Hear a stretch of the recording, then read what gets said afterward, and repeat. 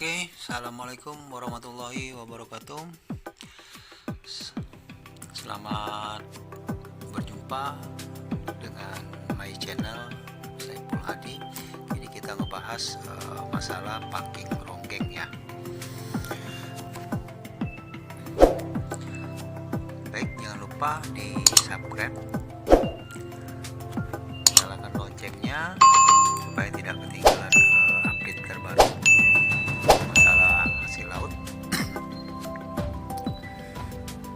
Oke, kita sekarang proses untuk menangkap udang ronggeng dari kolam ya. Nah, itu harus diperhatikan ya, selongsong ataupun plastik mikanya tempat udang ronggeng yang kita masukkan satu persatu itu harus sesuai dengan kondisi udang ya. Kalau memang udangnya besar, selongsongnya pun harus besar. Jangan dipaksa ya, karena kalau selongsongnya terlalu sempit nanti pernapasan udang itu sendiri akan terganggu. Ataupun selongsongnya terlalu besar, nanti udang itu sendiri akan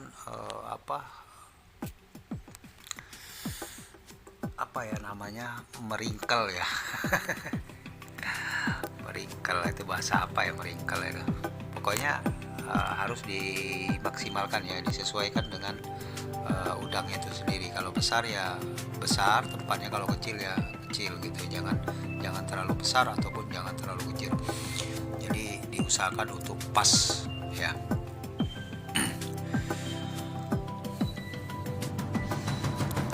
Ini kita packing untuk ekspor ataupun untuk pengiriman lokal sebenarnya sama saja ya, karena ketahanannya untuk pengiriman lokal pun itu kurang lebihnya sekitar 12 sampai 16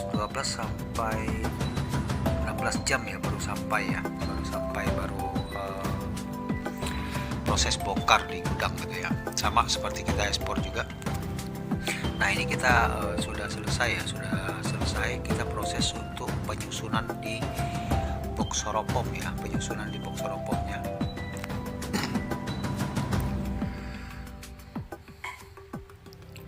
Oke, disusun sesuai dengan kapasitas yang ada ya, maksudnya sesuai dengan kapasitas box, jangan dipaksa, jangan terlalu longgar ataupun terlalu sempit. Jadi kalau seandainya udangnya sedikit, kita ganjal dengan, usahakan diganjal dengan apa saja, yang penting posisinya itu padatnya maksudnya pas ya, jangan terlalu padat sekali.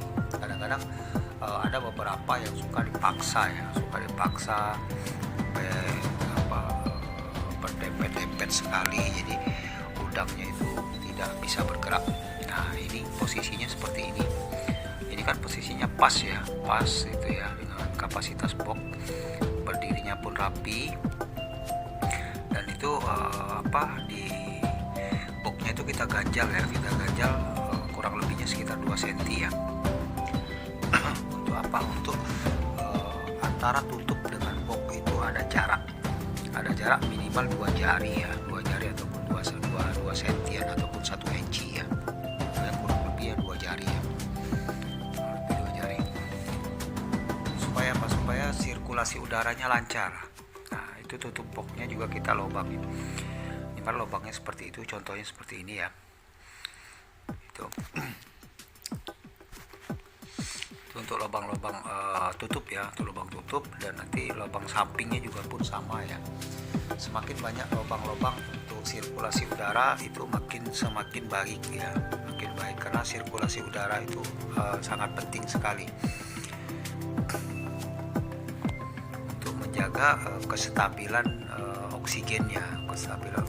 Jadi perputaran oksigen di dalam box itu lancar gitu.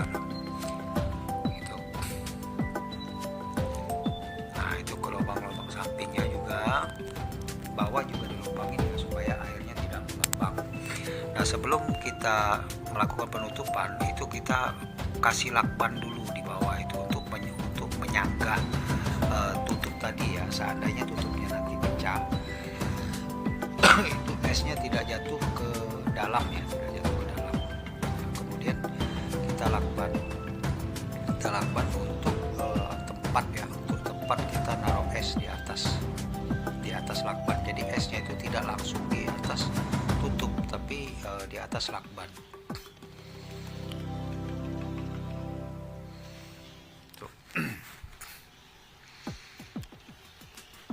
Nah, silakan perhatikan itu lubangnya, untuk sirkulasi udara cukup bagus ya, cukup bagus.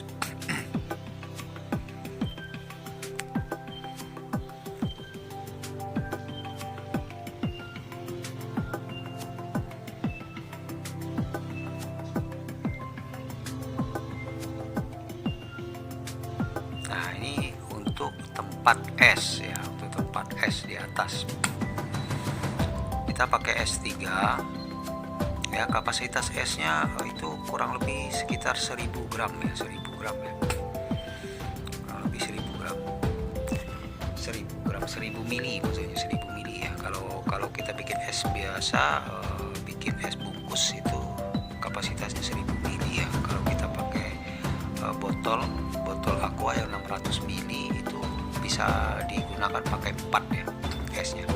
Tapi kalau yang 1000 kita bikin sendiri yang kapasitas 1000 mili itu kita cukup dengan 3, pakai 3 es di atas.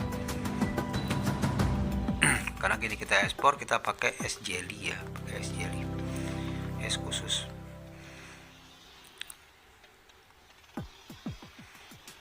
Oke, kita lingkarin lakbannya supaya tidak lepas ya, supaya tidak lepas.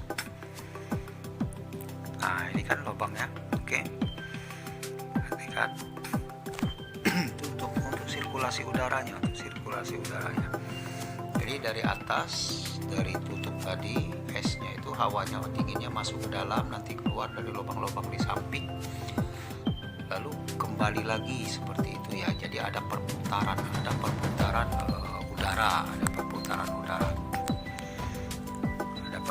udara di dalam boxnya itu sendiri.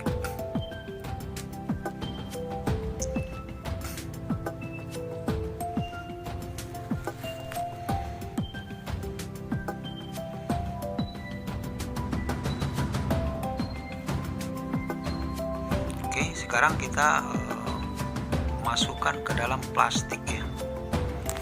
Dalam plastik, nah kita pakai plastik oksigennya 2 ya. Pakai plastik oksigen 2 untuk jaga-jaga seandainya salah satu ada yang bocor halus, jadi masih ada tahanan di plastik kedua. Itu fungsinya kita pakai 2 plastik ya. Nah, setelah itu baru kita masukkan dalam kardus.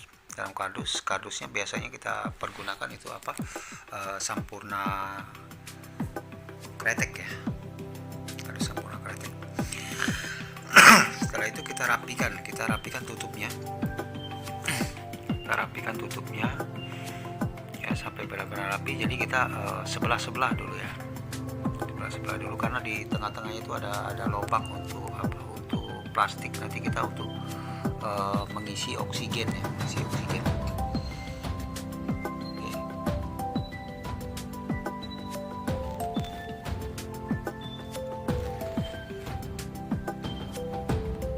Sebenarnya angka kematian itu bisa kita minimalisir ya, diminimalkan gitu ya,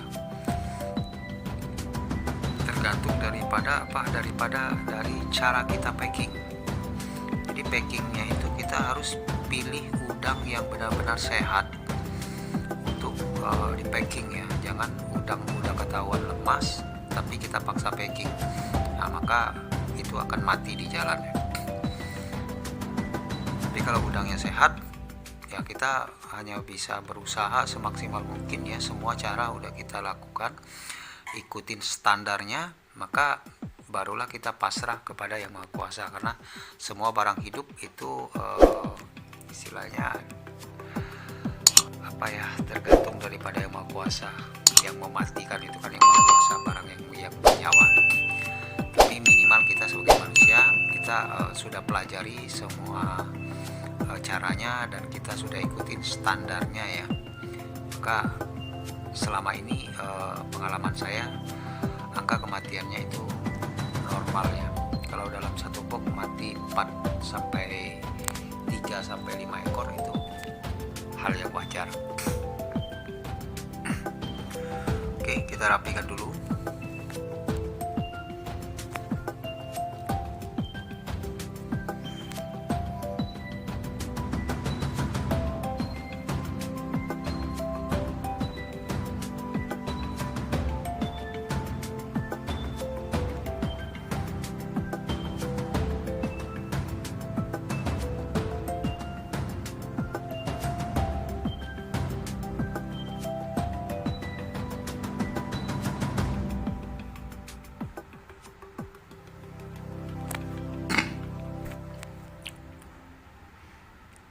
Nah, baru dikasih lakban keliling supaya tidak lepas ya, tidak mudah lepas ketika kita isi oksigen ya, karena isi oksigennya itu harus full.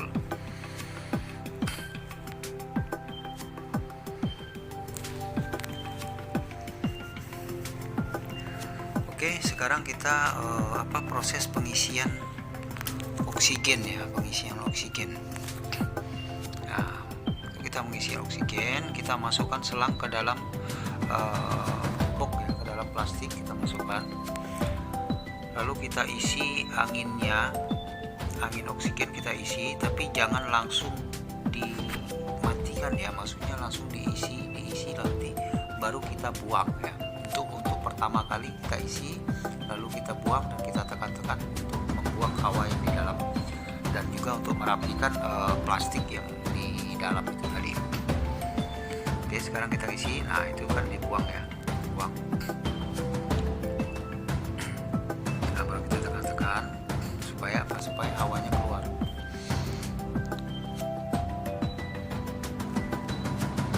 Nah, setelah itu baru kita isi sampai full ya, isi sampai full. Kita rapikan. Nah, ini persiapan untuk mengisi angin langsung full ya, langsung kita putar dan kita isi ya, kita isi sampai dia benar-benar full ya, benar-benar full. Nah, itu kan posisinya sudah kelihatan membengkak ya,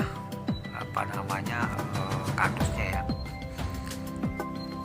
dan posisi kardusnya juga udah keras ya, udah keras. Itu berarti udah full, maka kita cabut. Nah, baru kita pelintir ya, kita putar. Diputar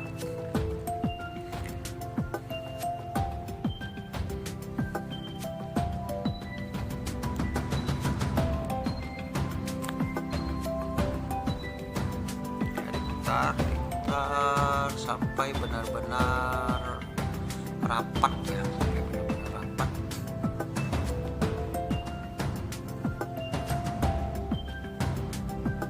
Baru kita tekuk jadi dua. Sisanya itu sisa putaran itu kan, lebihnya baru kita tekuk jadi dua, baru kita ikat dengan karet ya.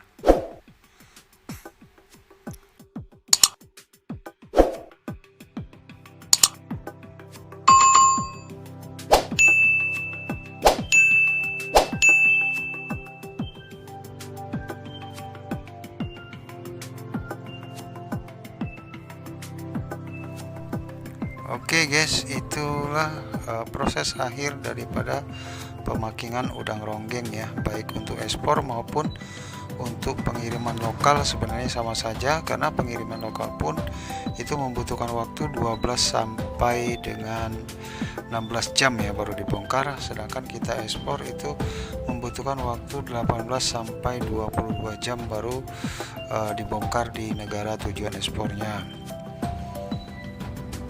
Oke, selamat mencoba. Salam sejahtera dari saya. Jangan lupa dukung channel ini dengan cara subscribe dan nyalakan loncengnya untuk mendapatkan update terbaru dari hasil-hasil laut Indonesia. Salam Indonesia Jaya. Semoga sukses buat yang baru memulai di usaha hasil laut.